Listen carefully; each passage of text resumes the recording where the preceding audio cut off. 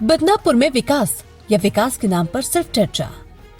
बदनापुर में अंबड़ कई सालों से विधानसभा क्षेत्र में सत्ता पक्ष और विपक्ष के बीच संघर्ष को लोकतंत्र का एक अहम हिस्सा माना जाता है, लेकिन आज के हालात को देखते हुए कई नागरिकों के मन में एक ही सवाल उठा है, असली विपक्ष कौन है जो आम लोगों की आवाज उठाता है।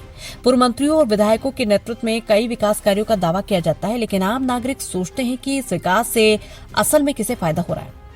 कांग्रेस के बारे में कई लोग आरोप लगाते हैं कि वो सत्ता पक्ष के खिलाफ असरदार तरीके से लड़ती हुई नहीं दिख रही, इसलिए कुछ लोग उसे राजनीतिक भाषा में बीजेपी की बी टीम कहते हैं।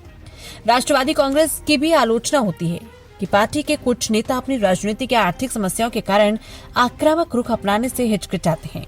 इस पृष्ठभूमि में आम नागरिकों को लग रहा है कि कोई काबिल विपक्ष नहीं बचा। इसी बीच बदनापुर में चल रहे कई विकास कार्यों पर भी सवाल उठ रहे हैं। क्या ये काम सच में लोगों के हित में है या ये सिर्फ ठेकेदारों को बढ़ावा देने के लिए? विकास के नाम पर बड़ी बड़ी घोषणाएं की जाती है, लेकिन आम नागरिक के जीवन स्तर में कितना बदलाव आया, ये सवाल अभी भी अनुत्तरित है। आज भी बदनापुर के युवा रोजगार के लिए शहर से बाहर जा रहे हैं, नए उद्योग नहीं आ रहे, स्थानीय रोजगार पैदा नहीं हो रहे, छोटे उद्योगों को उम्मीद के मुताबिक बढ़ावा नहीं मिल रहा। नागरिकों की शिकायत है कि सड़क, पानी, स्वास्थ्य, शिक्षा और रोजगार जैसे बुनियादी मुद्दों में कोई ठोस बदलाव नहीं हुआ। इस पृष्ठभूमि में एक सीधा सवाल उठता है, पूर्व मंत्री और विधायक विकास की सही परिभाषा क्या मानते हैं?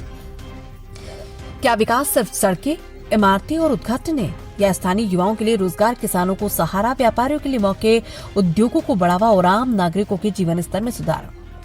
लोकतंत्र में सत्ता से ज्यादा एक सक्षम विपक्ष भी जरूरी है। विपक्षी पार्टियों का ये कर्तव्य है कि वे शासकों से सवाल करे, लोगों की समस्याओं को उठाए और प्रशासन को जवाबदेह ठहराए। लेकिन अगर विपक्ष भी चुप रहा तो आम लोगों का रखवाला कौन होगा?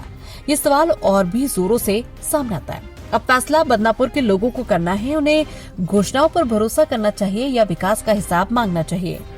महाराष्ट्र जालना से बदनापुर से यकीन शेख की रिपोर्ट।